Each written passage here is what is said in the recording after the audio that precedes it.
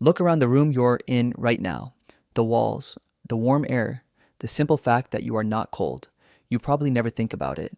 But for almost the entire history of our species, staying warm wasn't a setting on a wall. It was the difference between living and dying. For hundreds of thousands of years, every ancestor you've ever had survived winter with no heaters, no electricity, no walls like these. Just their hands, animal bones, and a cold so violent it could kill a modern human in a matter of hours. So, how did they survive? The answer isn't a shivering caveman hiding in a dark cave. The real answer is far stranger and far more impressive. Let's start with how cold it really was. On the open plains of Ice Age Europe, temperatures dropped to 40 degrees below zero. This isn't the cold of walking to your car. This is the kind of cold where exposed skin starts to die within minutes, where every breath hurts, where the wind doesn't just chill you, it hunts you. Drop an unprepared modern human into that night, and surviving until morning becomes a race against time. Now, here's the first thing most people get wrong. These early humans weren't helpless, they were engineers.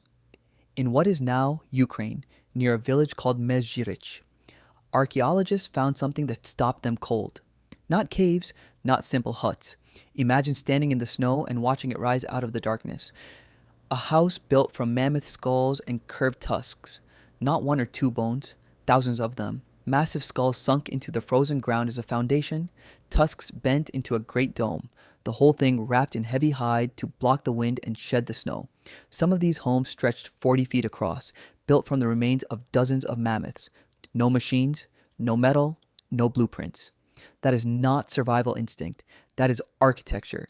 And these weren't thrown together in panic. Building one took weeks of brutal labor from an entire group, which means the work had to begin in late summer, so long before the killing cold arrived. These families weren't reacting to winter, they were planning for it months ahead with a calendar running quietly in their minds. But a shelter is useless without heat. And in a land with almost no trees, where do you find fuel? Their answer was brilliant. When wood ran out, they burned bone and animal fat.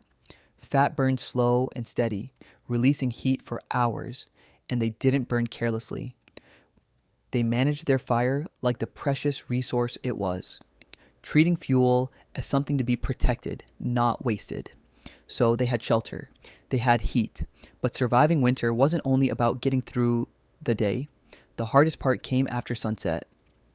Here's something almost no one talks about. What these people actually did during those endless frozen nights. And the truth is surprising. Evidence suggests that many people once slept in two halves. They'd drift off for a few hours, then wake in the deep of night, calm, quiet, fully awake, for an hour or two before falling back asleep until dawn. This isn't just a theory. In the 1990s, a scientist named Thomas Ware took modern people and removed all artificial light for weeks. And slowly, their bodies drifted toward the same pattern. Two sleeps, with a peaceful, wakeful gap in the middle.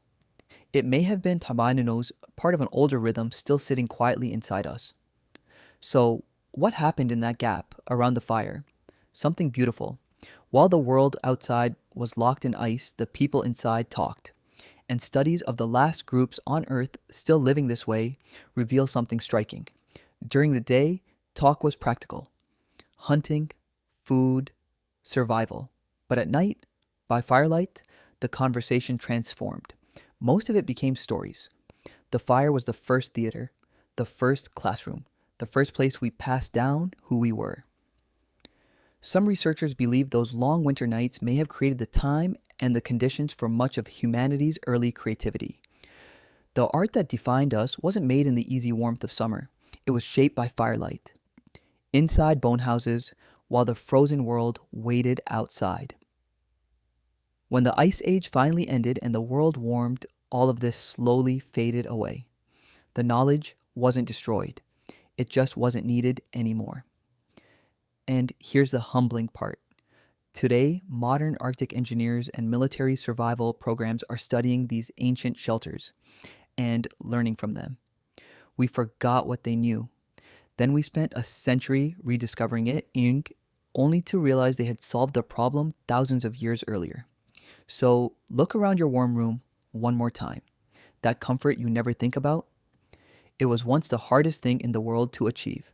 Every warm night cost weeks of planning, endless labor, and knowledge so precise that a single mistake could freeze an entire family before dawn. You didn't invent warmth, you inherited it from the most ingenious survivors who ever lived, people who had nothing but cold, the ti'i yerani'igi.